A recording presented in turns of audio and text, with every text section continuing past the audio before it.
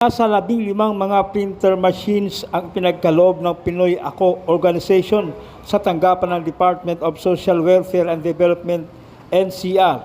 Ang mga naturang printer ay makakatulong para sa mga kawani nito upang mapagsilbihan ang mga indigenous peoples sa mga tanggapan ng DSWD. Pinasalamatan ni DSWD NCR Regional Director Attorney Michael Joseph Lorico ang Pinoy Ako Organization na kinakatawan ni Attorney Hill Valera. Sa naturang programa, nagkaroon muna ng ceremonial turnover at signing of deeds ang dalawang partido mula sa DSWD NCR at Pinoy Ako Organization bago tinanggap ang mga donasyon.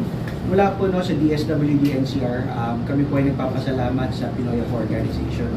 Ang inyong pong dinonate na printers attorney ay malaking bagay po para sa pagsaservisyo namin sa aming mga clients.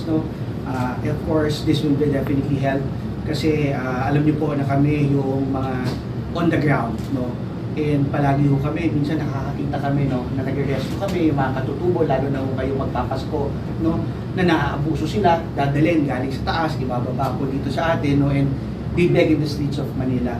So itong mga printers na to will definitely help out po sa aming mga centers. We will be transporting this to our centers kasi po sila po yung mga nagpo-process para ho matulungan yung ating mga katutubo makabalik ho sa kanilang mga kung saan ho sila nanggaling. So this would be a very big help because a partnership between the government and of course organizations like this would come a long way.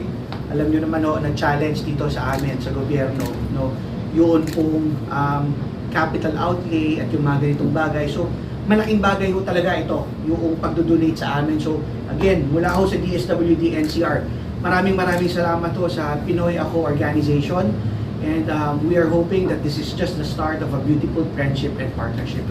So maraming salamat po. Thank you, kayo po. Magandang hapon. Ang Pinoy Ako Organization ay masaya na nandito para mag-donate ng 15 printers.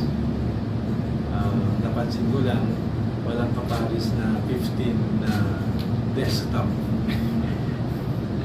So promise next time we'll donate also the corresponding desktops para kompleto.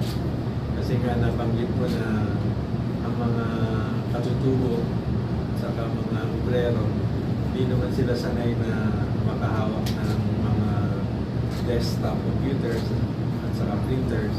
Kaya yan ang pinili namin na i-donate sa DSWD kasi kayo may department on the ground na alam namin na ang donasyon namin siguradong aabot at aabot sa mga nasa laylayan at lalo na sa mga nasa kabundukan at siyempre pati na yung mga obrero.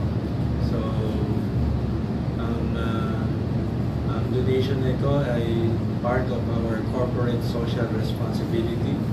We hope that we will be able to solicit more funds so that we can donate more to the government, especially the DSWD.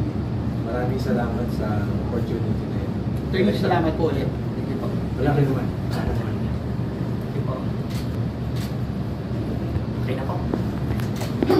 Thank you. Yung kape